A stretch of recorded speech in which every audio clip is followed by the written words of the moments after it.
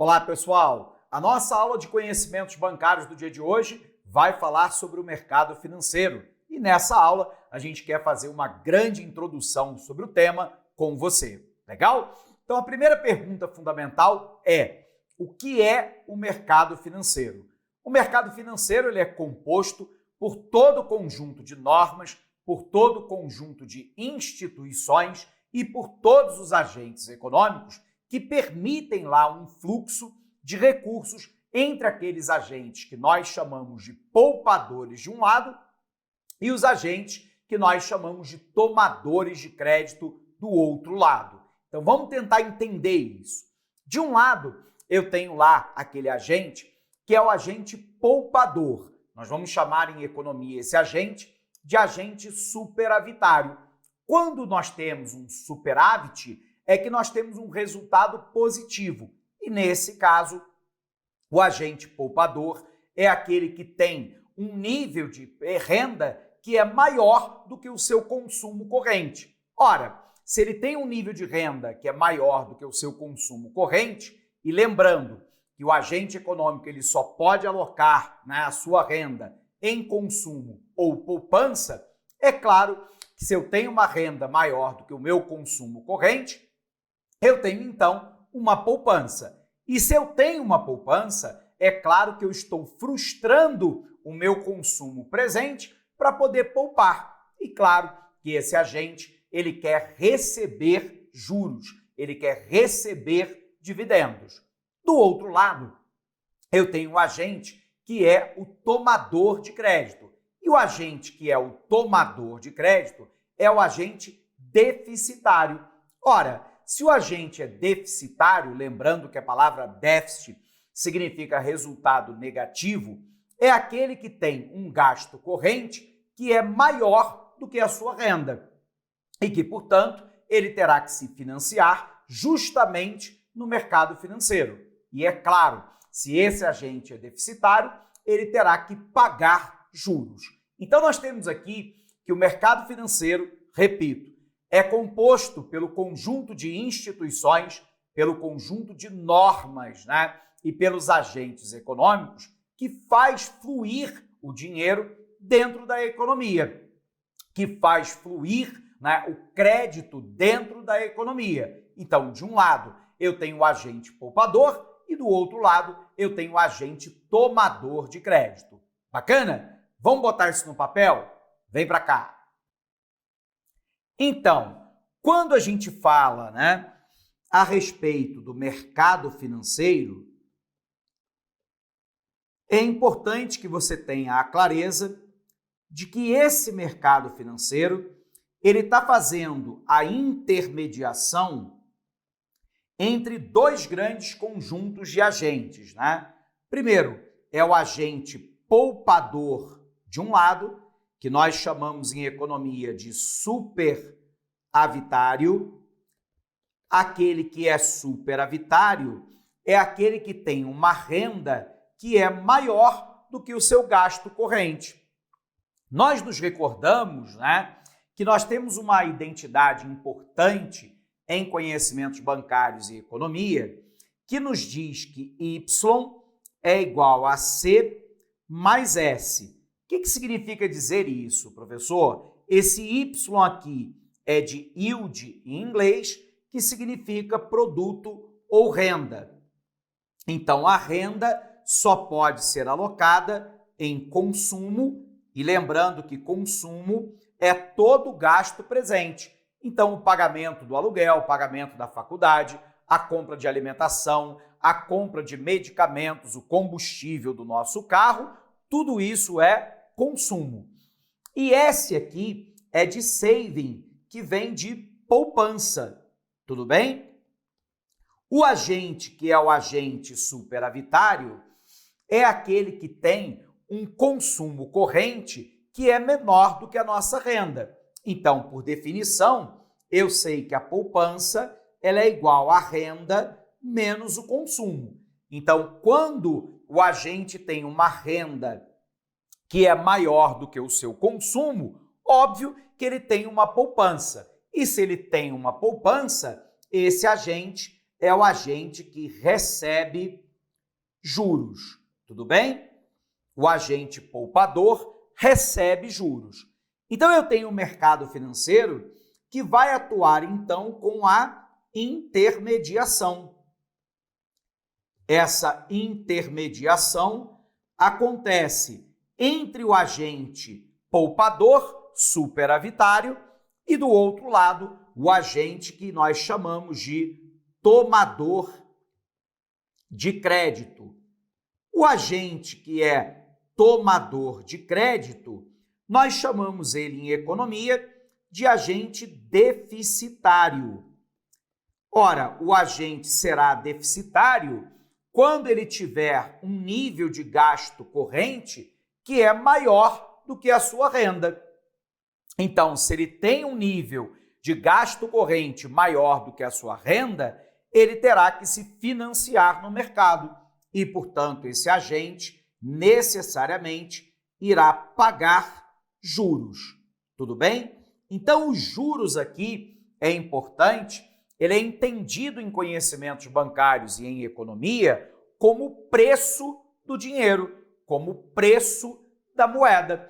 E o mercado financeiro é exatamente o mercado que faz a intermediação entre o agente poupador superavitário e o agente tomador de crédito, que é deficitário. Então, por exemplo, quando a gente financia a compra da casa própria, do apartamento, do carro ou da moto, nós estamos numa condição deficitária. Nós estamos adquirindo um bem, nós estamos consumindo um bem para o qual nós não temos renda corrente para comprá-lo.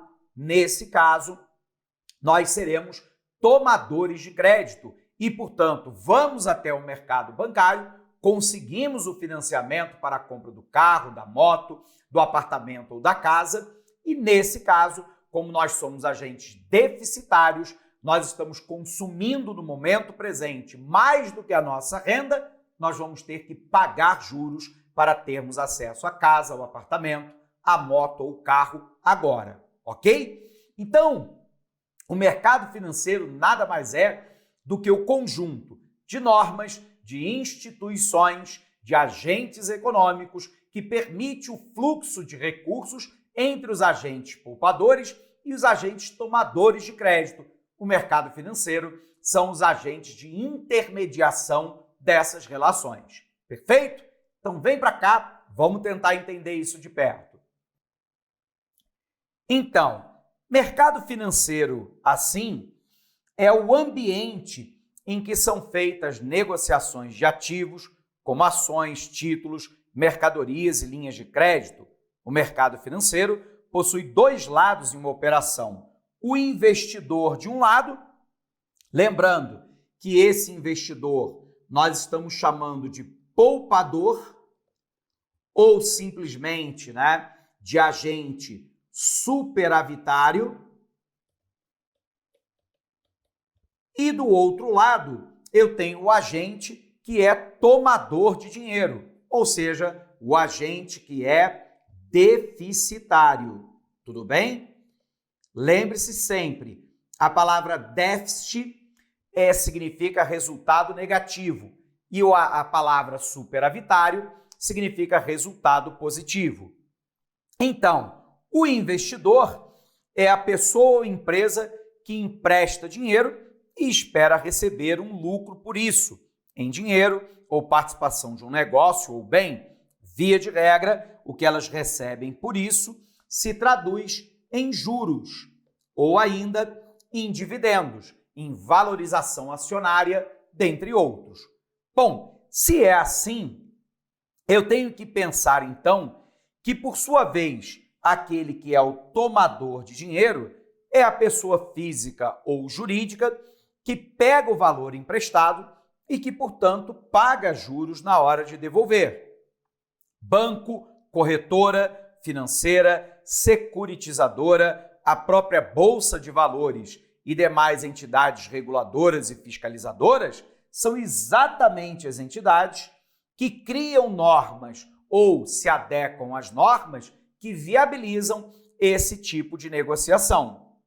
Então, no mercado financeiro, eu tenho a intermediação entre agentes poupadores e agentes tomadores de crédito. Pois bem, mas o que a gente vai aprender hoje é que esse mercado ele é subdividido, né? No mercado cambial, no mercado monetário, no mercado de crédito e no mercado de capitais. Tarefa, então, agora é a gente primeiro entender o mercado de câmbio. Sempre que a gente fala de câmbio, a gente está falando de troca entre moedas. No nosso caso, a moeda de referência, né? Que é o real, a nossa moeda doméstica, e a moeda externa do país estrangeiro, a qual nós queremos fazer o câmbio, fazer a troca. Então, é claro que nessa relação existe uma taxa cambial, e essa taxa cambial nada mais é do que a paridade, do que a equivalência entre a nossa moeda doméstica e a moeda externa.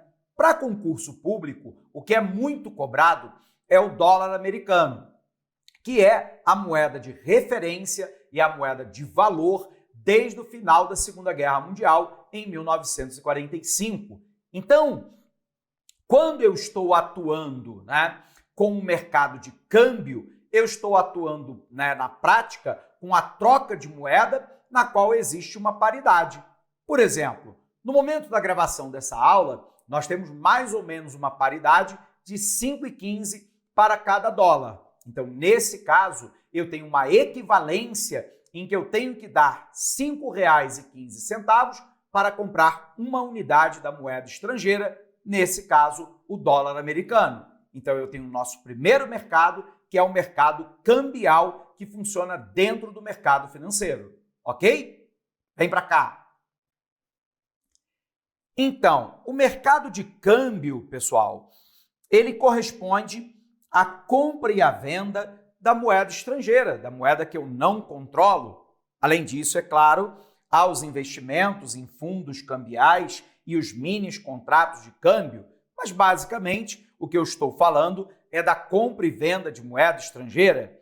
E aqui é importante a gente lembrar um detalhe interessante. O Brasil não tem uma moeda forte, que nós chamamos de moeda conversível. As moedas conversíveis são moedas que facilmente são trocadas e servem de referência dentro do mercado internacional monetário.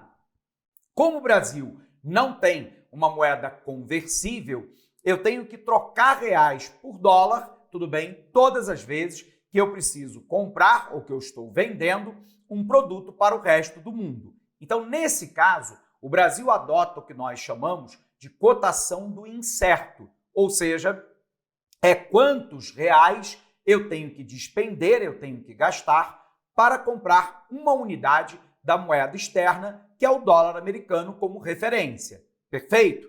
Observe que países que têm moeda conversível, como os Estados Unidos, normalmente adotam a chamada cotação do certo, ou seja, o quanto uma unidade da moeda americana compra de moeda de outros países. E nós temos várias moedas conversíveis no mundo, né? O dólar americano, a coroa dinamarquesa, o iene japonês, a libra esterlina do Reino Unido, mas também o euro são exemplos clássicos de moedas conversíveis. Legal? Então, olha para cá, vamos buscar entender. Então, aqui é preciso a gente lembrar que o real, ele é uma moeda não conversível. Ou seja, que não é facilmente convertida em outras moedas e que não é aceita como meio de pagamento internacional. Então, nesse caso, como a nossa moeda não é conversível, a gente adota a chamada cotação do incerto. A cotação do incerto é quantos reais eu tenho que despender para comprar uma unidade da moeda de referência, no nosso exemplo, o dólar americano. Observe, né, que países que tenham moedas conversíveis, então vamos pegar o exemplo aqui do dólar americano, que é uma moeda conversível, esses países adotam a chamada cotação do certo. Na cotação do certo é o quanto uma unidade da moeda americana compra de moedas de outros países. Tudo bem? Então aqui o raciocínio é o inverso daquele que nós observamos, né, no Brasil. O Brasil, uma moeda não conversível, o real, nós adotamos a cotação do incerto, ou seja, quantos reais eu tenho que despender para comprar $1 da moeda americana. Isso é diferente dos Estados Unidos, que tem uma moeda conversível, que adota, portanto, a chamada cotação do certo, ou seja, quanto uma unidade da moeda americana compra de moeda de outros países. Perfeito? Bom, se a gente conseguiu entender isso aqui, nós precisamos falar de um outro mercado agora, que é o mercado monetário. Aqui é importante a gente lembrar que no mercado monetário nós temos o chamado poder de senhoriagem, que é o poder do Estado, tudo bem, de criar moeda primária. Somente o Banco Central é que cria moeda primária, porque ele é o emissor primário de moeda, porque essa é uma prerrogativa do monopólio, né, da emissão primária de moeda, que é dada ao Estado. Então, o Banco Central ele determina a oferta de moeda, a Casa da Moeda cunha ou imprime a moeda e ele coloca no mercado. Claro que nós sabemos que os bancos comerciais também criam moeda, que é a chamada moeda escritural. Mas o que nos interessa aqui é que o Banco Central ele provê, né, a quantidade de moeda requerida pelo mercado. Como nós sabemos que nós demandamos moeda por motivo transação, por motivo precaução e por motivo especulação, é claro que quanto maior o nível de crescimento da economia, quanto maior o nível de produto, maior é a demanda por moeda. E cabe ao Banco Central prover a quantidade de moeda requerida pelo mercado.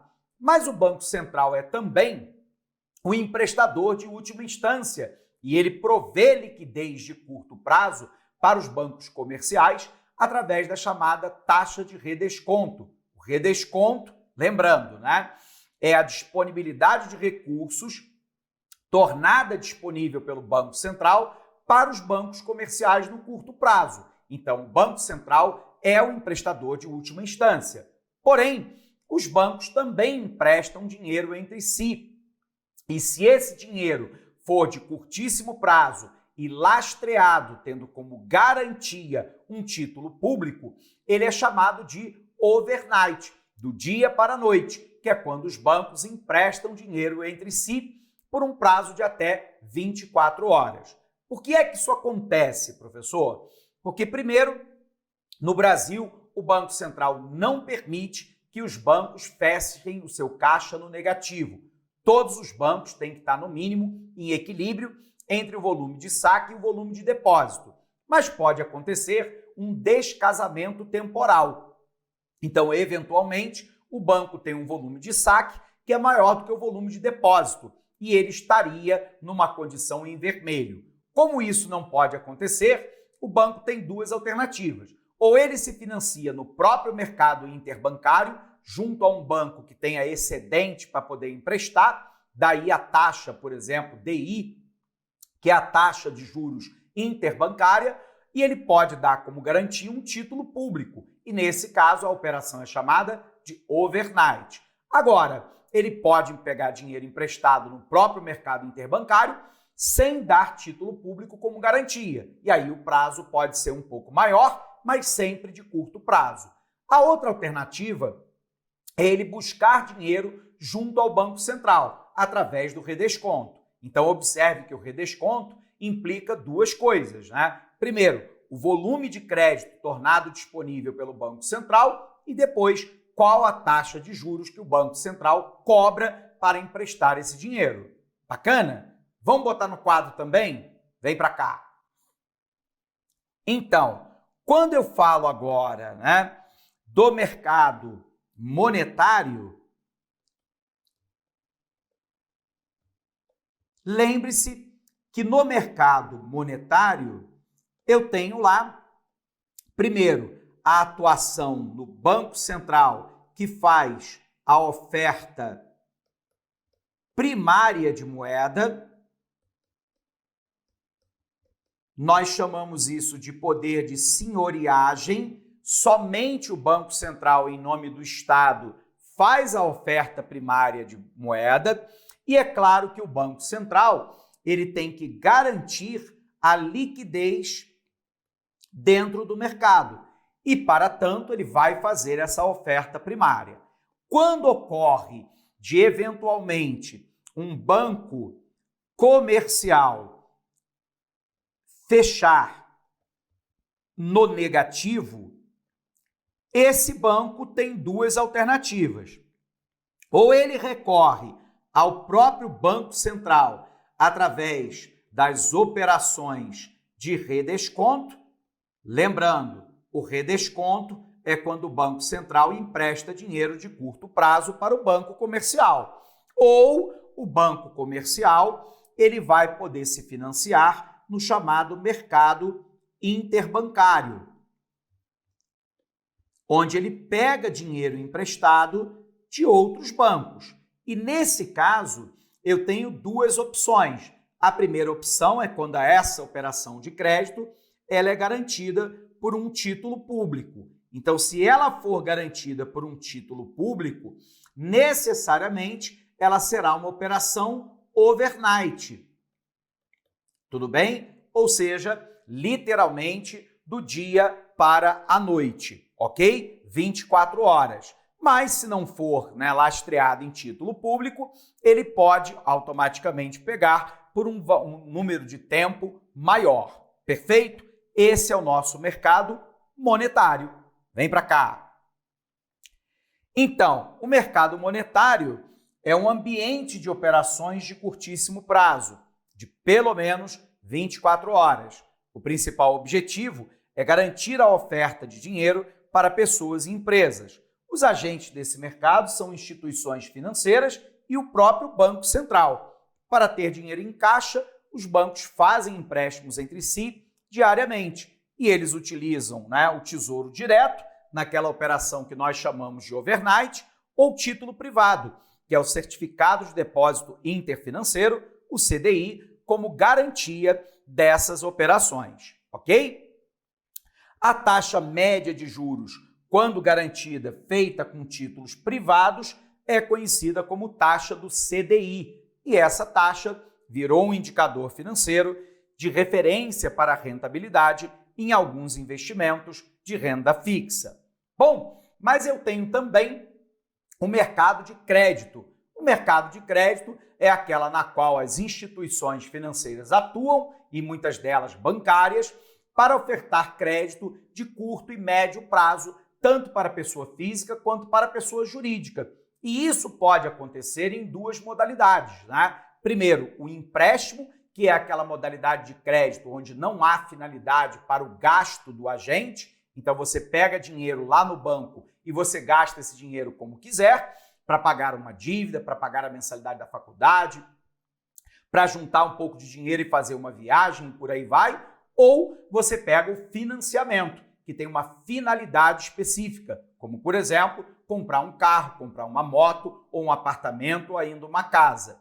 Então, eu tenho que o mercado de crédito, ele oferta crédito de curto e médio prazo, basicamente para poder servir de empréstimo ou financiamento para pessoa física e jurídica, atuando, portanto, com a quantidade de crédito necessária para o mercado. Legal? Então, olha para cá. Pessoa física e empresas operam nesse mercado em busca de empréstimo ou financiamento. As opções como o cartão de crédito e o cheque especial também entram nesse mercado. Quem busca esse mercado tem o interesse em se capitalizar, obter dinheiro, seja uma pessoa, uma empresa ou ainda o próprio governo. Mas eu tenho ainda o chamado mercado de capitais, dos quais as ações, as debêntures, as opções, o mercado de derivativos, dentre outros, são os mais famosos. O mercado de capitais, ele tem um objetivo que é duplo, né? Por um lado, servir de uma alternativa que muitas vezes é mais rentável, embora o risco também seja maior, para aqueles agentes que queiram alocar a sua poupança. Então, eventualmente, você vai ter alguém que compre lá uma ação, que compre uma debênture, que compre um ETF de ações, que é um fundo de ações, que compre, né, eventualmente no mercado futuro, commodities. O objetivo dele, é claro, é receber recursos na forma de juros, distribuição de dividendos ou valorização de ações e de papéis. Perfeito? Por um outro lado, isso envolve um risco maior, porque aqui no mercado de capitais a renda é variável, ela não é fixa. Via de regra, esse mercado tem uma rentabilidade média maior do que o da renda fixa. Porém, não há nenhuma certeza, nenhuma garantia de que aquele investimento dará lucro. Eventualmente, ele dará prejuízo e até perda total. A gente vai observar, então, que por um lado, ele é uma outra alternativa para a alocação da poupança de parte dos agentes. E por um outro lado, é uma forma da firma se capitalizar de maneira mais barata, porque quando a firma faz o chamado lançamento inicial de ações, o IPO, ela está abrindo seu capital e está colocando ações no mercado. Quando os agentes compram essas ações, a firma se capitaliza e isso permite que essa firma, às vezes, reestruture as suas operações, se modernize, ganhe produtividade, ganhe competitividade, possa expandir a sua área de atuação ou expandir a sua produção e a sua produtividade. Então, eu tenho lá um lançamento de papéis dentro do mercado. Claro que eu tenho também o debênture, né? Que é, na verdade, um título privado, uma confissão de dívida, onde a empresa se compromete a pagar uma taxa de juros pré ou pós-fixada ou ainda de maneira híbrida. E ela lança isso no mercado para se capitalizar de forma mais barata do que pegando, por exemplo, empréstimos e financiamentos junto aos bancos comerciais. Perfeito? É um mercado, então, de capitais. Olha para cá. O mercado de capitais também é conhecido como mercado de ações. Diferentemente do mercado de crédito, onde a troca é apenas o dinheiro, aqui o interesse é pelos ativos. O investidor pode ter uma participação na sociedade de uma empresa ou receber parte do lucro dela. Ele pode ainda ganhar com a valorização da ação quando vendê-las. Os ativos são as ações das empresas, os títulos de dívida e derivativos. E eu posso ter como parte desse mercado de capitais o chamado mercado futuro, que representa a negociação de compra e venda que serão realizadas no futuro. Aqui não existe a troca de mercadoria, apenas o direito sobre a variação do preço daquele bem. Ou seja, se investe em contratos e mini-contratos, acreditando no aumento ou na redução do preço do produto daqui a algum tempo. Então imagine, né? Você compra commodity, por exemplo, a um saco de soja que você está pagando, né? R$ 23,00 a saca de 50 quilos e vamos imaginar que lá em 2025 essa saca esteja sendo cotada a R$ 48,00. Mesmo que a gente não faça a variação da inflação para mensurar o seu ganho real, é claro que você houve um ganho nesse mercado futuro. Você comprou o direito da soja a 23 a saca e está vendendo a 48 no mercado de 2025. Portanto, houve um ganho claro de capital. Claro que o inverso também pode acontecer. Eu posso comprar a soja a 23 e aí em 2025 o valor da soja esteja sendo cotado a 15. E aqui, claro, que implica uma perda por parte do investidor. Eu posso fazer isso com moeda estrangeira, como por exemplo o dólar americano, e posso fazer até em relação a índice, como o Ibovespa, da Bolsa de Valores brasileiros, a nossa B3, a nossa Brasil, Bolsa e Balcão. Perfeito? E aqui nós botamos um quadrinho para você, que é um quadrinho sinótico, claro que ele não tem que ser decorado, ele é para ser compreendido, da classificação dos mercados financeiros com base na necessidade do cliente. Então eu tenho desde o mercado de crédito até o mercado cambial, onde você pode revisar os conteúdos daquilo que nós falamos nesta aula para você, ok? Pessoal, encerramos essa aula por aqui. Um abraço imenso para você e bons estudos.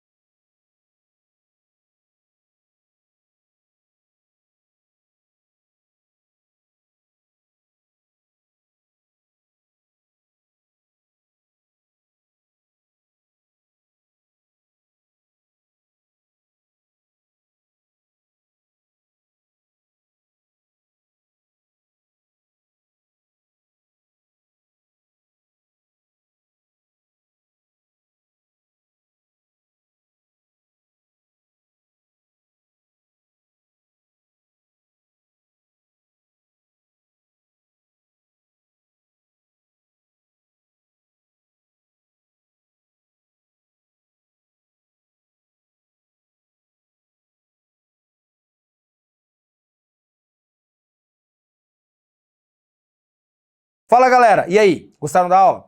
Então não deixa de comentar, porque o Alphacom quer saber a sua opinião. E detalhe, nós deixamos o material gratuito na descrição desse vídeo. É só clicar e baixar ele. Inscreva-se no canal para continuar recebendo nossas aulas grátis e estudar com quem mais aprova no Brasil. Valeu? Tamo junto!